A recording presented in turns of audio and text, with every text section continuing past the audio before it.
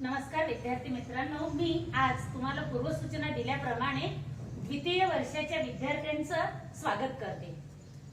मी तुम्हाला पाठवलेल्या भारतीय संविधानाच्या उद्देशिकेच्या संदर्भामध्ये काही माहिती दिलेली होती। तुम्ही नक्कीच ती वाचली असेल तर तुमच्या हे लक्षात येईल की भारतीय संविधान निर्माण होत असताना भारतीय संविधानाच्या निर्मिती प्रक्रियेवरती कोणत्या कोणत्या घटकांचा प्रभाव पडलेला आहे। म्हणजेच भारतीय संविधानाच्या निर्मितीचे प्रभावकारी घटक, ज्याला आपण origin of Indian constitution, sources of Indian constitution किंवा भारतीय संविधानाचे मुख्य स्रोत किंवा उगमस्थाने कोणती हे सांगण्याचा मी प्रयत्न केलेला आहे। आणि त्याद्वारे आपण हे समजून घेतलेलं आहे की भारताचं संविधान निर्माण होण्यापूर्वी जगामध्ये अनेक घटना घडामोडी घडून गेलेल्या होत्या, अनेक युद्ध झालेली होती, अनेक देशांनी संविधान निर्माण केलेलं होतं आणि ह्या सगळ्या प्रक्रियेचा प्रभाव निश्चितपणे भारताच्या राज्यघटनेवरती पडल्याचं आपल्याला लक्षात आलेलं आहे। आज आपण बघणार आहोत भारताच्या राज्यघटनेला जोडण्यात आलेला सरनामा, उद्देशिका, प्रास्ताविका, उद्देशपत्रिका किंवा ज्याला आपण प्रियम्बल असं म्हणतो, त्या प्रियम्बल मध्ये नेमकं आहे काय आणि ते का जोडण्यात आलेलं आहे या संदर्भामध्ये आपण आज माहिती घेणार आहोत। पहिल्या प्रकरणामधला पहिला भाग आपण पाहिलेला आहे संविधानाचे स्रोत आणि दुसरा उपघटक आपण पाहत आहोत आज, तो म्हणजे सरनामा किंवा प्रियम्बल किंवा उद्देशपत्रिका, उद्देशिका, प्रास्ताविका, वेगवेगळ्या नावानं त्याला आपण ओळखतो। आपण आता पाहतो या ठिकाणी तुम्हाला मी हे दाखवण्याचा प्रयत्न केलेला आहे।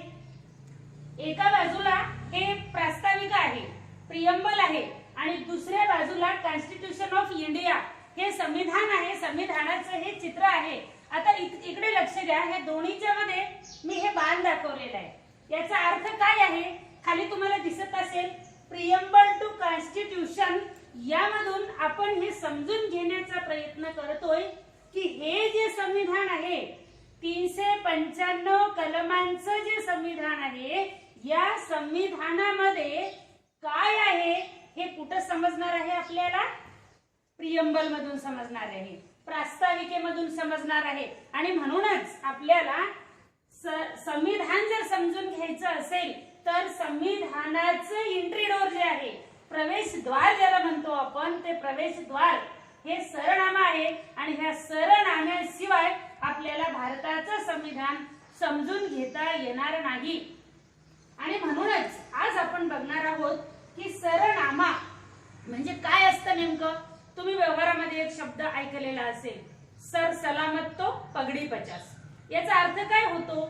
सर म्हणजे अतिशय महत्वाचा भाग असतो मानवी शरीराचा, ते जर सही सलामत असेल, सुरक्षित असेल तर आपण त्याच्यावरती अनेक प्रकारच्या पगडी घालू शकतो। आणि सरच नसेल, डोकं जर नसेल तर डोकं नसेल तर आपण त्याच्यावरती टोपी घालणार आहेत का? त्याची सुरक्षा करणार आहोत का आपण? अजिबात नाही। म्हणून हा जो सरनामा, हा जो अत्यंत महत्वाचा दस्तऐवज भारताच्या घटनेला जोडण्यात आलेला आहे ना, तो या संविधानाचा आरसा आहे, संविधानाचा तो आत्मा आहे, संविधान समजून घेण्याचा तो एक मार्ग आहे, वे ऑफ कॉन्स्टिट्यूशन म्हणजे तिकडे जाण्याचा एक मार्ग आहे। जसे की आपण पाहतोय, काय पाहतोय आपण? घराची कळा अंगण सांगते असं आपण ग्रामीण भागामध्ये म्हणतोय। हे काय आहे? एक खूप सुंदर असं घर आहे, अतिशय महत्वपूर्ण असं हे घर आहे। आणि या घराकडे जाण्यासाठीच हे जे आहे ना, प्रास्ताविका जे आहे ना, ते अंगण आहे। आणि अंगणातच जर कचरा असेल, अंगणातच जर घाण असेल, अंगणच जर खराब असेल तर आपण काय म्हणतो? हे अंगणच एवढं घाण आहे, घर कसं असेल? पण त्या घराचं सौंदर्य समजून घेण्यासाठीचा अत्यंत महत्वाचा आरसा म्हणजेच ही प्रास्ताविका आहे, सरनामा आहे किंवा ज्याला प्रियम्बल असं म्हणतो, ते प्रियम्बल आहे। या संदर्भामध्ये आपण 2-4 गोष्टींचा विचार करणार आहोत। मला याची कल्पना आहे की एकाच व्हिडिओमध्ये ह्या सगळ्या गोष्टी मी तुम्हाला देऊ शकत नाही, पण अभ्यासाच्या सोयीसाठी आपण याचे 4 भाग केलेले आहेत। याच्यामधून आपल्याला काय काय समजून घ्यायचे? तर विद्यार्थ्यांनो, सरनाम्याचं विश्लेषण विद्यार्थ्यांना जसं तुम्हाला भारत माझा देश आहे, सारे भारतीय माझे बांधव आहेत ही प्रतिज्ञा तोंडपाठ आहे, तसंच विद्यार्थ्यांना आम्ही भारताचे लोक, भारताचे एक सार्वभौम समाजवादी धर्मनिरपेक्ष लोकशाही गणराज्य ही सरनाम्याची गोष्ट सुद्धा आपल्याला पाठ आहे, किंबहुना ती पाठ असलीच पाहिजे, कारण आपण जबाबदार नागरिक आहोत म्हणून आपल्याला ते आलंच पाहिजे. ते वाचल्यानंतर तुमच्या हे लक्षात यायला हवं, या सरनाम्याचं आपण या 4 मुद्द्यांच्या 4 उपघटकांच्या आधारे आपण विश्लेषण करतो. त्याचं काय विश्लेषण करतो?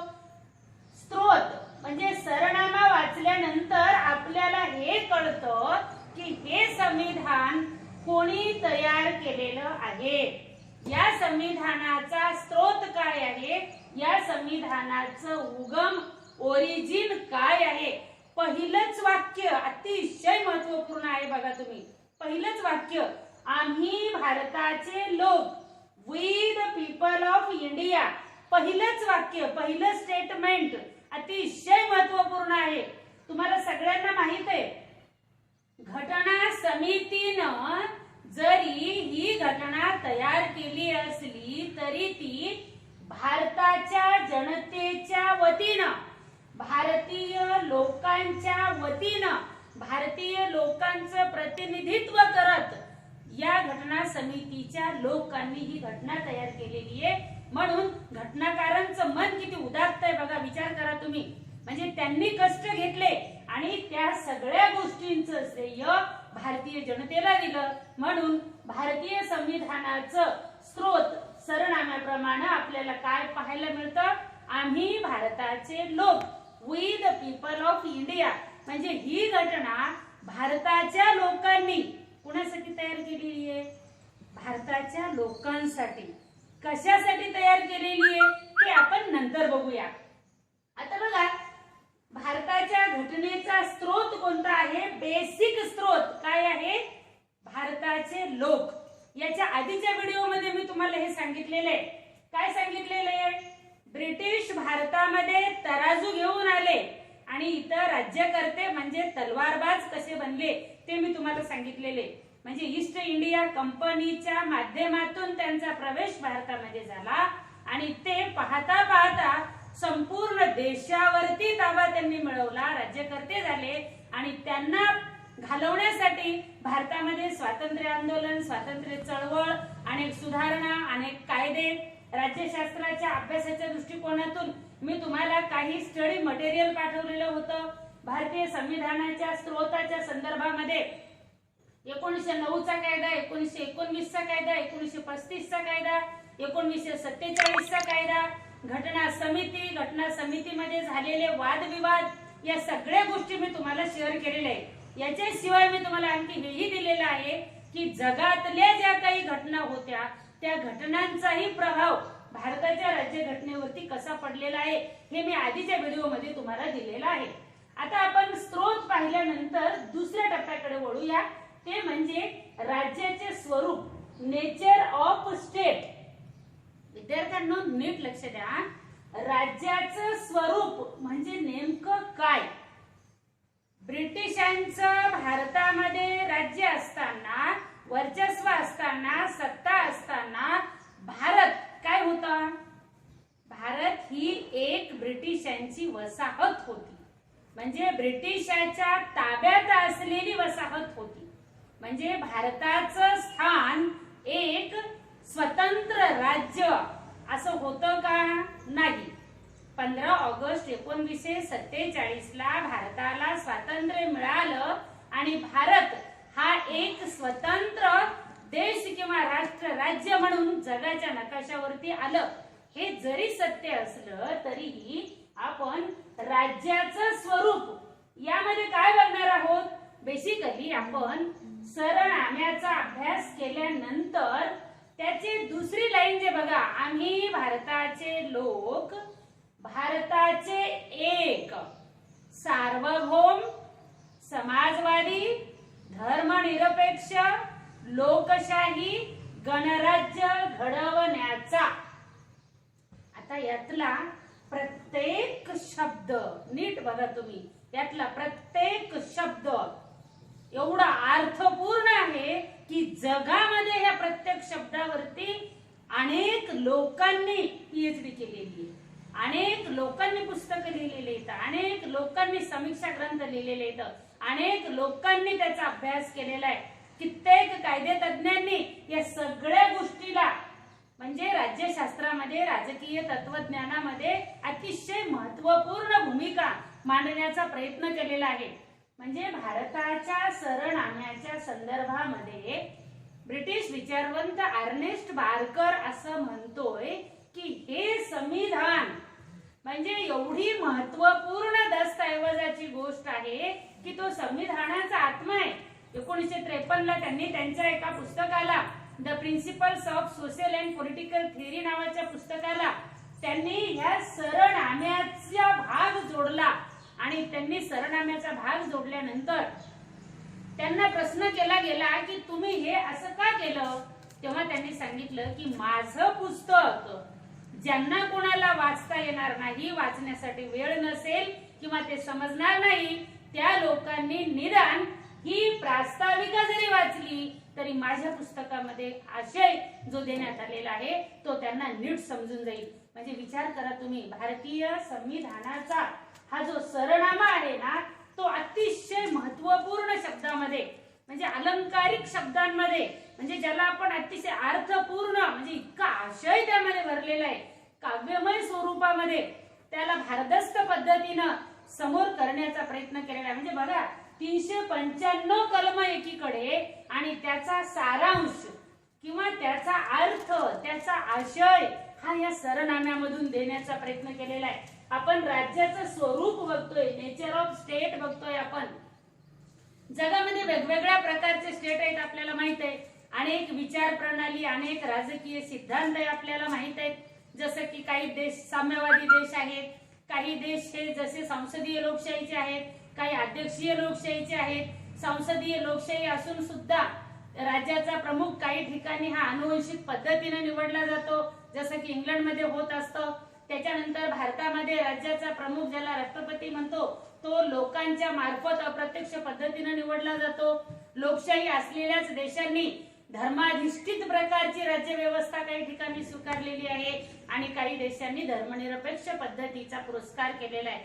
म्हणजे राज्य कशा स्वरूपाचं असणार आहे, ते काय राजेशाहीचं असणार आहे, ते काय साम्यवादाचं असणार आहे, ते कुठल्या प्रकारचं असणार आहे हे आपल्याला समजून जर घ्यायचं असेल किंवा कसं आहे हे जर समजून घ्यायचं असेल तर आपल्याला सरनाम्याच्या दुसऱ्या भागाकडे वळावं लागतं. आणि दुसरा भाग हा मी तुम्हाला आता सांगितल्याप्रमाणे सार्वभौम समाजवादी धर्मनिरपेक्ष लोकशाही गणराज्य हे 5 जे शब्द आहेत ना विद्यार्थी मित्रांनो, ज्याला संविधान समजून घ्यायचंय भारताचं, त्या लोकांनी हे 5 शब्द त्याच्या अर्थासह समजून घेणं गरजेचे.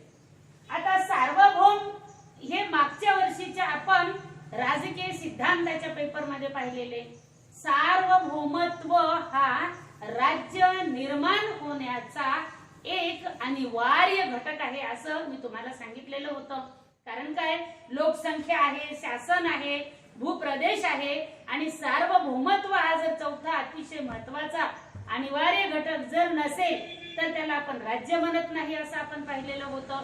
तर सार्वभौमत्व म्हणजे काय, असं राज्य असा स्टेट की ज्या स्टेट मध्ये निर्णय घेत असताना, कोणते निर्णय घेत असताना, देशाच्या अंतर्गत बाबतीतले निर्णय असो की देशाचे बाह्य संदर्भातले निर्णय असो.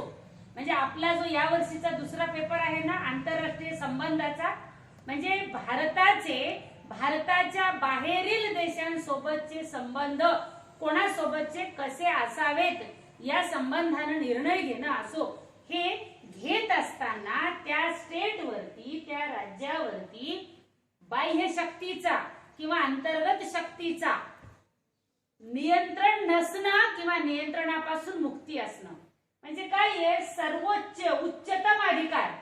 सार्वभौमत्व हा राज्याचा एक असा भाग आहे की ज्याच्याशिवाय राज्यच बनू शकत नाही. आणि त्यामध्ये ही अपेक्षा आहे की आमचे निर्णय घेत असताना आम्हाला दुसरं कुणी काहीही सांगू शकत नाही. दबाव, दडपण, नियंत्रण, प्रभाव, धमकी आपल्यावरती कोणी आणू शकत नाही. याचा डिटेल आपण अभ्यास मागच्या वर्षी केलेला असल्यामुळं मी या वर्षी तुम्हाला हे फारसं सांगणार नाही. पण एक गोष्ट फक्त मी सांगते तुम्हाला, ज्याला आपण सार्वभौमत्व अंतर्गत आणि बाह्य दृष्टिकोनातून म्हणतोय ना, ते विद्यार्थी मित्रांनो तुम्ही हे सांगा की खरंच ते असं असतं का? कारण एका देशाच्या अंतर्गत आणि बाह्य धोरणाशी संबंध जेव्हा येतो ना, तेव्हा आंतरराष्ट्रीय पातळीवरती अशा काही घटना घडामोडी या घडतच असतात की मनुष्य हाच मुळामध्ये परस्परावलंबी असल्यामुळं एकमेकांसोबत संबंध आल्यामुळं एकमेकांना विश्वासात घेऊन काही गोष्टी ह्या निश्चित केल्या जात असतात. आणि म्हणून ज्याला आपण म्हणतो की हे तत्व राज्यशास्त्रामधलं भारताच्या संविधानाच्या सरनाम्यामध्ये अतिशय महत्वपूर्ण आहे.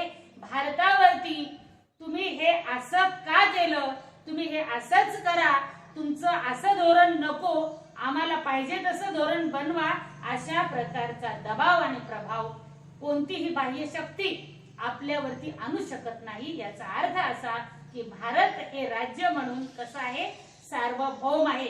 आणि ते सार्वभौमत्व कसं आहे, अंतर्गत बाबतीमध्ये पण आहे आणि बाह्य बाबतीमध्ये सुद्धा आहे. म्हणून राज्याच्या स्वरूपामधला पहिला अत्यंत महत्वाचा घटक जो आपण बघितलेला आहे तो सार्वभौम राज्य. म्हणजे भारतीय माणसांना काय अपेक्षा होती, भारत हे एक सार्वभौम राज्य म्हणून जगाच्या नकाशावरती यावं. त्याच्यानंतर आपण पाहतोय समाजवादी राज्य. आता समाजवाद हा शब्द खरं पाहता अर्थशास्त्रातला शब्द आहे. समाजवाद यामध्ये दोन शब्द येतात. समाज ज्याला आपण समूह म्हणतो, ज्याला आपण सोसायटी म्हणतो, आणि वाद म्हणजे इझम किंवा विचार, म्हणजे समाजाचा विचार करणारी विचार प्रणाली, समूहाचा विचार करणारी विचार प्रणाली. आता समाज आणि त्याच्या दुसऱ्या बाजूला काय असतं रे, त्याच्या दुसऱ्या बाजूला असते व्यक्ती. म्हणजे व्यक्ती आणि समाज, म्हणजे व्यक्तीला सर्वोच्च ठिकाणी बसवायचं का समाजाला सर्वोच्च ठिकाणी बसवायचं.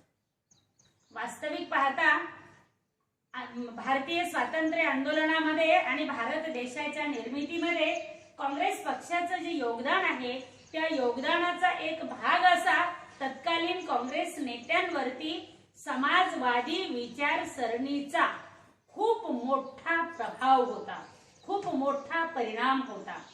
भारतामध्ये प्रदीर्घ काळापासून ज्या प्रकारची समाज व्यवस्था अस्तित्वात होती ती समाज व्यवस्था ही सर्वांना न्याय देणारी नव्हती.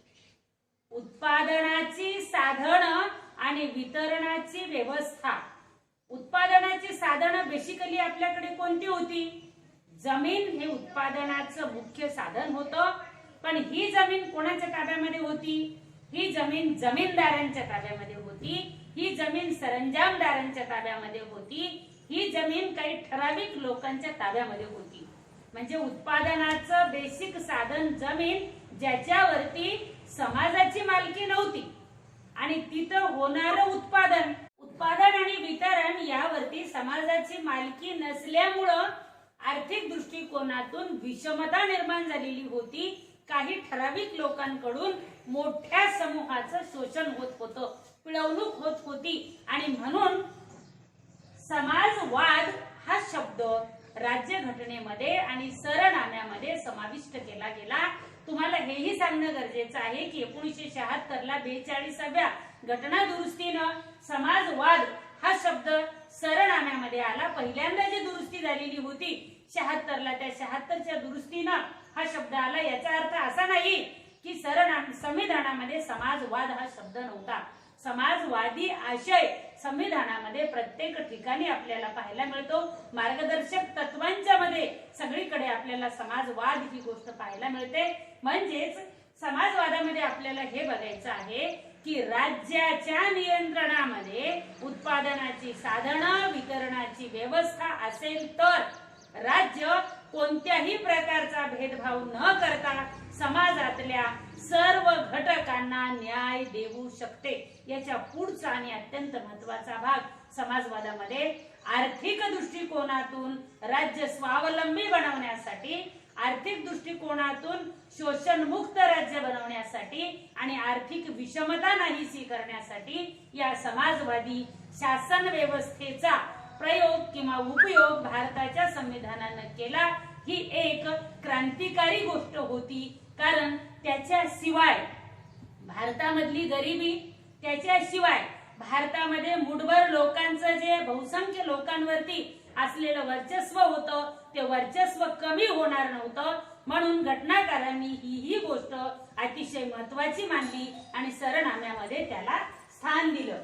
यानंतर ज्याला आपण भारतीय राज्यघटनेचा, ज्याला आपण बेस म्हणतो, ज्याला आपण आत्मा म्हणतो, मन म्हणतो, ज्याला आपण कुंडली म्हणतो, ज्याला आपण सार म्हणतो, भारतीय राज्यघटना कशावरती उभी आहे असं जर कोणी म्हटलं तर एक उत्तर येतं, ती म्हणजे धर्मनिरपेक्ष तत्वावरती. आणि ते पुढचं तत्व आहे धर्मनिरपेक्षता.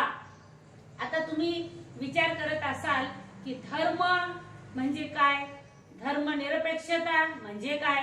एका बाजूला धर्माचा पुरस्कार करणारं राज्य आणि दुसऱ्या बाजूला धर्माच्या बाबतीमध्ये निरपेक्ष भूमिका घेणारं राज्य. आता भारताच्या बरोबरच निर्माण झालेलं पाकिस्तान म्हणजे भारत धर्माच्या आधारावर ज्या दोन देशांची निर्मिती झाली त्यापैकी पाकिस्तान या राज्यानं लोकशाही स्वीकाराबरोबरच राज्य हे कसं असेल, धर्माधिष्ठित असेल असं स्पष्ट केलं.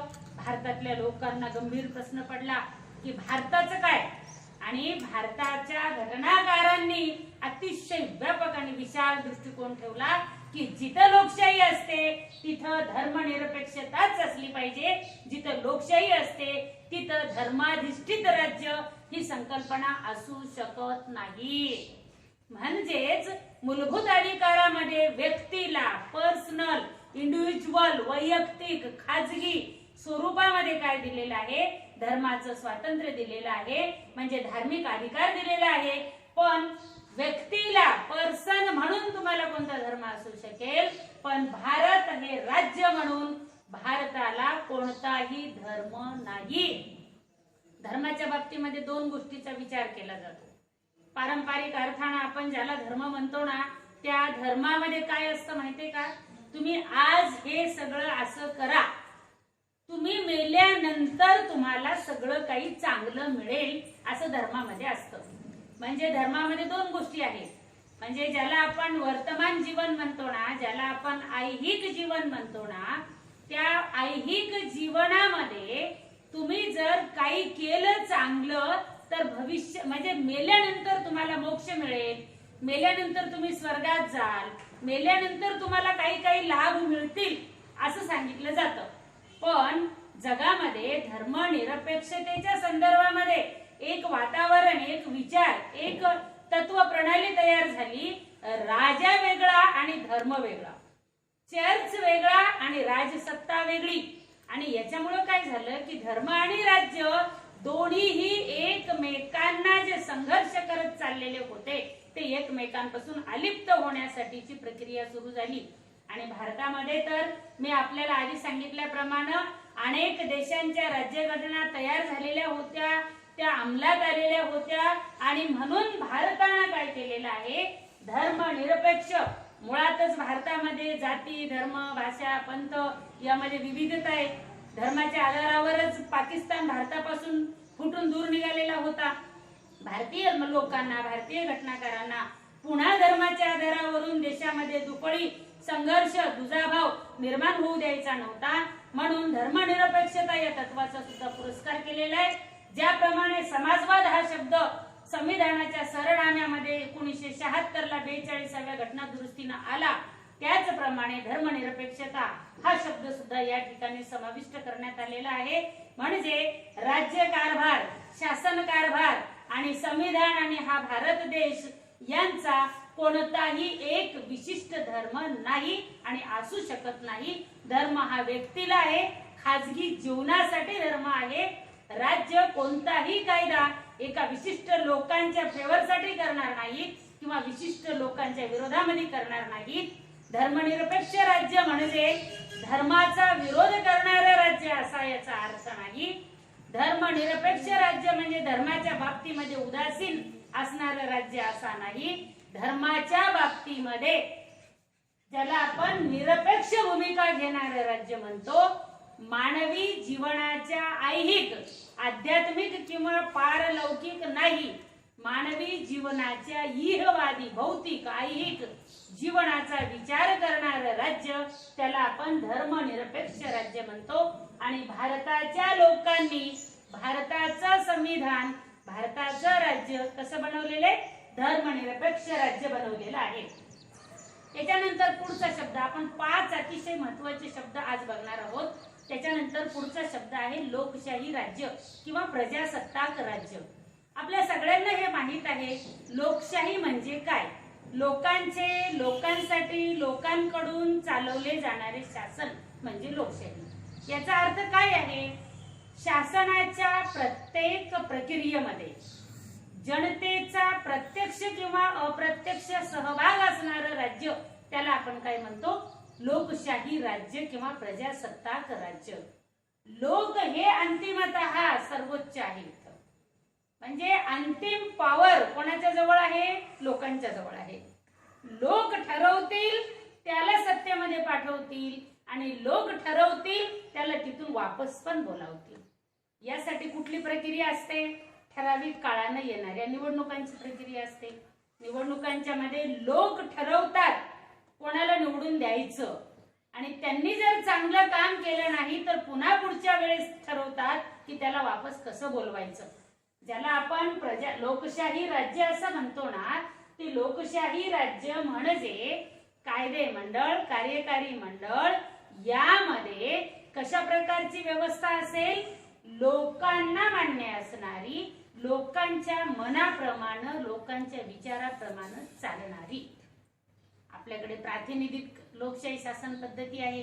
म्हणजे जनता प्रतिनिधीला निवडून देते, प्रतिनिधी कायदे मंडळामध्ये जातात, कायदे मंडळामधून कार्यकारी मंडळामध्ये, कॅबिनेटमध्ये काही लोक जातात आणि ते लोक लोकांच्या वतीनं राज्यकारभार करत असतात. याचाच अर्थ आज लोकशाही राज्यामध्ये लोकांकडून, लोकांसाठी, लोकांचं शासन ही संकल्पना अपेक्षित असते. याचाच अर्थ आपण पाहतोय की केंद्र शासनामध्ये कायदे मंडळ ज्याला आपण संसद म्हणतो, लोकसभा, राज्यसभा असेल, घटक राज्यामध्ये ज्याला आपण विधानसभा आणि विधान परिषद म्हणतो, या ठिकाणी लोकांकडून प्रत्यक्ष आणि अप्रत्यक्ष पद्धतीने पाठवलेले लोक हे या राज्याचा कारभार करतात. त्यालाच आपण लोकशाही राज्य किंवा प्रजासत्ताक राज्य म्हणजे सत्तेच्या सर्वोच्च ठिकाणी लोकशाहीमध्ये कोण असतं? लोक असतात. अशी राज्य पद्धती म्हणजे लोकशाही राज्य होय. याच्यानंतर शेवटचा भाग आपण बघणार आहोत तो म्हणजे गणराज्य.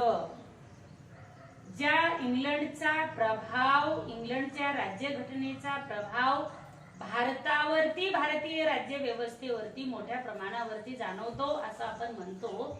त्या इंग्लंडमध्ये गणराज्य पद्धत आहे की भारतामध्ये गणराज्य पद्धत आहे? संसदीय पद्धत दोन्ही ठिकाणी आहे. संसदीय पद्धत दोन्ही ठिकाणी असून गणराज्य पद्धत काय नेमकी हे जर समजून घ्यायचं असेल तर एखाद्या राष्ट्राचा राष्ट्रप्रमुख कसा निवडला जातो ते पाहणं गरजेचं आहे. इंग्लंडचा राष्ट्रप्रमुख काय असतो? राजा किंवा राणी. राजा किंवा राणीची निवड कशी होते? आपण मागच्या वर्षी दैवी सिद्धांतामध्ये हे पाहिलेले. आनुवंशिक तत्वानं म्हणजे राणीच्या पोटी जन्माला येणार अपत्य हे राजा किंवा राणी बनणार. सामान्य घरामध्ये, सामान्य कुटुंबामध्ये जन्माला येणार अपत्य हे राजा किंवा राणी बनू शकत नाही. पण भारतामध्ये गणराज्य शासन पद्धतीमध्ये राष्ट्राचा प्रमुख ज्याला आपण राष्ट्रपती म्हणतो तो राष्ट्रपती आनुवंशिकतेच्या तत्वानं या ठिकाणी निवडला जात नाही, तर तो सुद्धा अप्रत्यक्ष पद्धतीनं लोकांच्या मार्फतच निवडला जातो.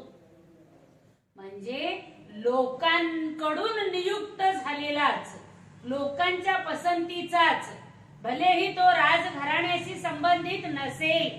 भारतामध्ये अनेक उदाहरणं अशी आहेत की या देशाच्या सर्वोच्च पदावरती बसण्याचा मान ज्या लोकांना मिळालेला आहे त्यांना राजकीय पार्श्वभूमी नव्हती. एपीजे अब्दुल कलाम यांनी राष्ट्रपती पदाची उंची वाढवण्याचं काम केलेलं आहे. KR नारायणन यांनी या पदाची उंची वाढवण्याचं काम केलेलं आहे.